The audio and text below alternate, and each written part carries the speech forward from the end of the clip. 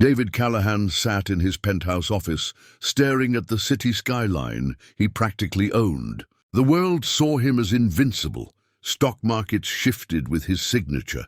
Politicians courted him for favors. But all the power in the world couldn't fix the one thing that haunted him every night. His daughter Lila, once a giggling whirlwind of ponytails and sparkly shoes, now lay paralyzed in an expensive hospital bed. It had been 2 years since the accident. 2 years since he'd driven too fast to make a meeting, crashing on a rain-slicked road that changed their lives forever. Doctors came and went. He flew specialists in from Europe, Asia, anywhere a new treatment surfaced. They poked, scanned, prodded, prescribed. Each visit ended the same. They'd clear their throats, glance at charts, and tell him they were sorry. There was nothing more they could do. Money could bend laws, move mountains, buy islands. But not this. David threw himself into work instead. The boardrooms, mergers, quarterly reports, anything to drown the guilt of what his carelessness had cost. Or he barely visited Lila anymore. He convinced himself she was better off surrounded by nurses and therapists than his restless, guilty presence. One autumn evening, an urgent email forced him to visit the hospital. A new specialist wanted his signature for Lila's transfer to yet another rehab wing. It was routine. He intended to be in and out in 10 minutes, then back to his waiting helicopter. But as he walked past the private suite, he paused. Through the half-open door, he saw his daughter propped up on her bed. Her legs, thin and motionless under a blanket, barely looked like they belonged to the once unstoppable child who used to dance on kitchen counters. At her side sat a young nurse, reading aloud from Lila's favorite fairy tale. David stepped closer, unnoticed. The nurse's voice was calm, warm, patient. Lila's eyes sparkled as she listened. When the nurse paused to turn a page, Lila said softly, "Daddy will be so happy when I walk again." David's heart twisted painfully. Walk again? He nearly interrupted, ready to hush the nonsense, but the nurse only smiled and nodded. "Of course you will, sweetheart." Later, when the nurse tucked Lila in and turned, she jumped slightly to see David standing in the doorway, arms crossed. He gestured for her to step outside. In the hallway's hush, David's tone was cold and clipped. Why would you lie to her? The nurse, Amelia, her badge said, didn't flinch. She held his gaze, calm but firm. "I didn't lie, sir. I told her what she needs to believe." David scoffed. "Belief won't heal a severed spine." Amelia's voice softened but didn't bend. "No, but hope can do what medicine alone can't. There's a clinical trial in Boston, a regenerative stem cell approach. If we move fast, she may qualify. But she'll need you too."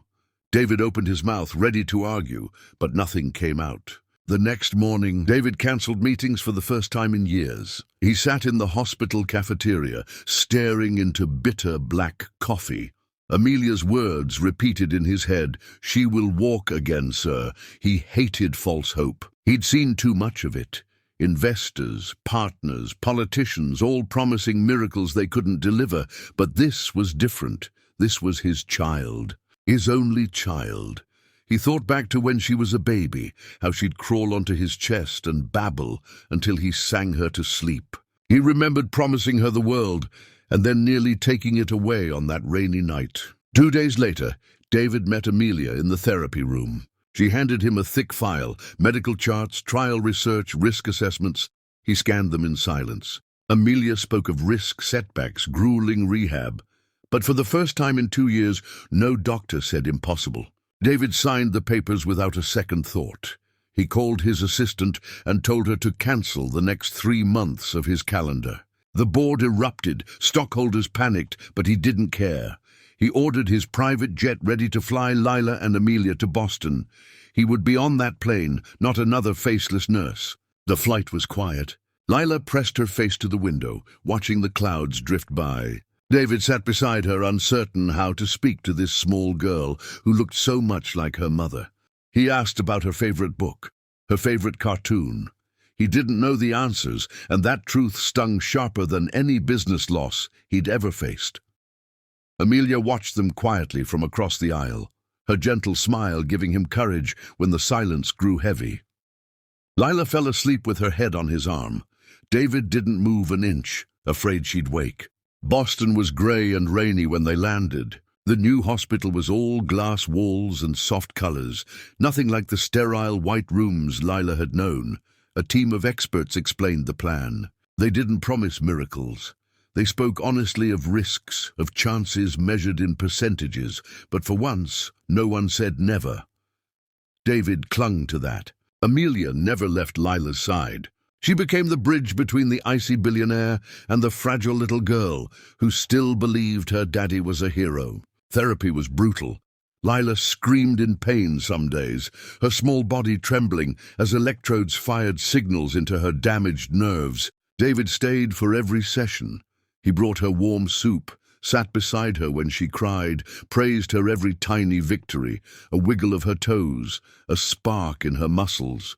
For years he'd only known power measured in millions. Now it was counted in millimeters, each tiny motion of her legs worth more than any check he'd ever signed.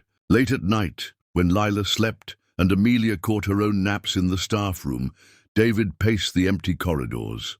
He wondered if he was too late, if he'd broken something in his daughter's heart that could never truly mend. One morning, after a long, painful session, Lila's therapist wheeled her back to the room. David was there with Amelia, waiting. Lila's hair was damp with sweat. Her face glowed with exhaustion and something else, hope. She lifted her eyes to her father and whispered, "Daddy, I felt it. My leg moved." David sank to his knees and kissed her hand. For the first time in years, the walls he'd built around himself cracked. Amelia placed a reassuring hand on his shoulder. "She will walk again, sir," she said softly, and for the first time David believed it too. That night he sat by Lila's bed, holding her tiny hand in his. He told her stories of when she was a baby, how she used to pull his tie off before he left for work, how she'd hide his phone so he'd stay longer. He promised her the world all over again, but this time he meant it in a way no billion-dollar deal could ever match. Amelia watched from the doorway, quietly wiping a tear. She knew this was only the beginning of a long fight. But in that room, for the first time, it felt like they'd already won something huge. When David finally left the room that night, he didn't walk out as a CEO. He didn't walk out as the man whose name built glass towers. He walked out as a father who had learned, far too late but just in time, that some things in this world can't be bought. They can only be fought for, hand in hand, one trembling step at a time. And in the days ahead, he would be there for every single one of those steps, no matter how long it took or how much it cost. Lila would not walk that path alone. The winter in Boston came fast and heavy that year. Snow piled high outside the hospital windows, blanketing the busy city in quiet white. Inside Lila's new room, warmth and light replaced the coldness of sterile corridors. David sat every morning in the same chair, a thick file of contracts forgotten in his briefcase. Instead, he held Amelia's notes and therapy schedules like a lifeline. He was learning to speak a new language, medical jargon, physical therapy terms, tiny milestones that meant more than quarterly profits. Every flicker of Lila's toes felt like a dividend of hope that money couldn't buy. In the therapy wing, Lila's days started before sunrise. Amelia would wheel her in, blanket tucked tight around her small frame, eyes heavy with sleep, but a soft smile ready for David waiting by the door. Some mornings, Lila would cry before they even started. The electrodes stung, the braces pinched her thin legs raw, but Amelia's calm voice soothed her fears. David's steady hand on her shoulder told her she was never alone now, and bit by bit, Lila learned to trust her body again. Trust the sparks of life inside the damaged pathways her father once thought dead forever. Word spread quietly through the hospital about the billionaire in the children's rehab wing. Staff whispered about the man who once signed deals in gold-plated boardrooms, now standing barefoot beside a parallel bar, cheering for a single step. David didn't care. He no longer noticed the headlines that once fed his ego. Instead, he counted how many seconds Lila could balance on the braces strapped to her knees. He learned the names of the other children there, their parents, their battles. He donated to buy new machines and therapy tools, but never bragged about it. Amelia noticed it all and said nothing. Nights were the hardest. When the machines were shut down and the therapists went home, the silence returned. David would sit on the small pull-out cot beside Lila's bed, listening to her breathe. He'd replay his old life in his mind. Deal after deal, private jets, red carpets, late nights at gala dinners while Lila waited at home. He whispered apologies she was too asleep to hear. Amelia sometimes found him still sitting there at dawn, dark circles under his eyes, but a softness in his expression that no stock report ever gave him. The old David Callahan seemed a ghost now. One Friday, after weeks of relentless sessions, Lila sat in her wheelchair at the therapy bar. Her thin arms shook as she clutched the rails. Amelia knelt beside her, guiding her knees into position, while the specialist gave soft instructions. David stood behind them, his hands gently ready at her shoulders if she faltered. The moment felt fragile as glass. Lila looked up at her father, eyes wide with fear and wonder. And then, with a tiny cry, she shifted her weight forward, her foot dragged half an inch, the braces catching her. David's heart nearly stopped. It wasn't perfect, but it was hers. Amelia let out a laugh that turned into a small, tearful cheer. The therapist clapped softly. David dropped to his knees, his expensive suit wrinkling on the polished floor as he hugged his daughter's trembling body. Lila's breath came in gasps, half from pain, half from joy. "Daddy, did you see? I did it," she whispered. He nodded, unable to speak for a moment. She did it. A single step in a corridor that once held only impossible walls. Later that night, when Amelia wheeled Lila back to her room, David lingered by the window, staring out at the snow swirling under city lights. When Amelia came back, she found him standing there, the same man who once barked orders, now silent with gratitude he couldn't put into words. She stepped closer, her hand resting lightly on his arm. "She's a fighter," Amelia said softly. David turned, looking into the eyes of the woman who'd given his daughter more than any doctor ever had. "So are you," he said. For a long moment neither spoke. The hospital's quiet hum seemed softer, more hopeful somehow. David realized then that the world he'd built for himself was small compared to the tiny miracles unfolding in these sterile halls. Spring crept back into Boston, with slow warmth and blooming trees outside the glass walls. Lila's therapy grew longer.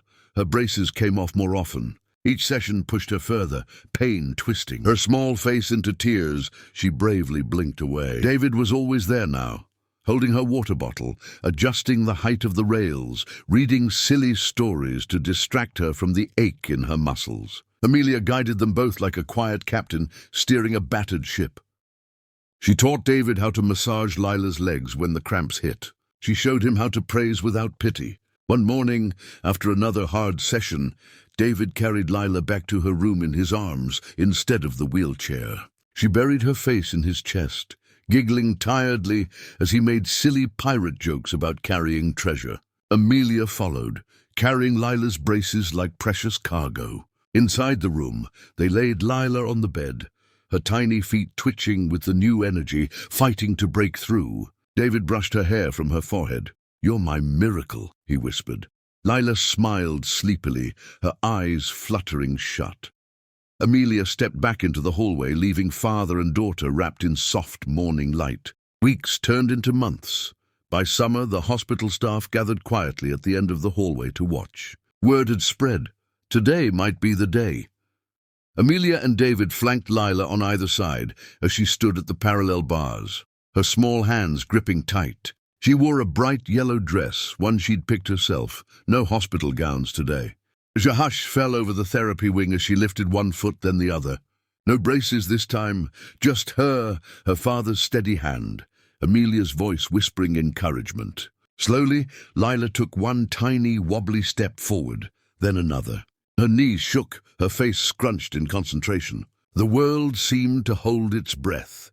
With a final push, she crossed the length of the bars. David's face crumpled as tears slipped down his cheeks. Amelia clapped her hands to her mouth, laughter and sobs mixing in the hallway's echo. Lila turned her head, beaming. "Daddy, I'm walking!" The room exploded in gentle applause. Nurses, therapists, even other patients wheeled in to see her triumph. David dropped to his knees, gathering his daughter into a hug that spoke every apology, every promise, every bit of love he had kept locked away for too long. The news made headlines within hours. "Billionaire's daughter walks again," the headlines read. But to David, it wasn't about the headlines anymore.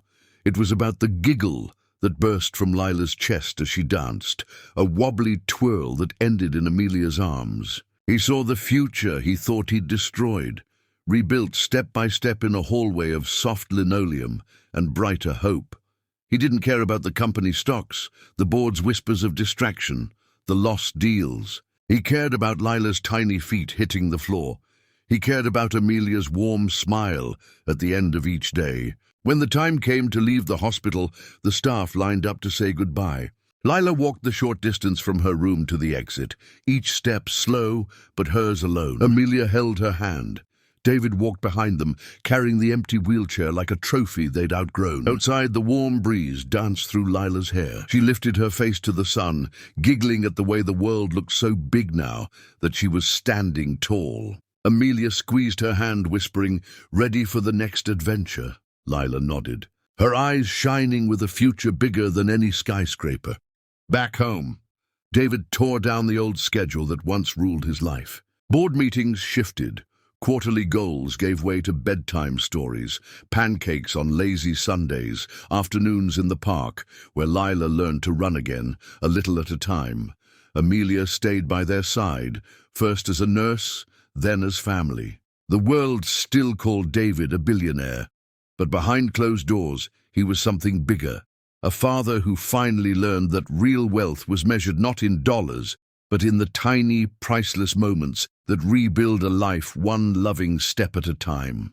And when Lila danced again, this time in sparkly shoes on a kitchen counter, while David clapped off beat and Amelia laughed, it wasn't a miracle born from money.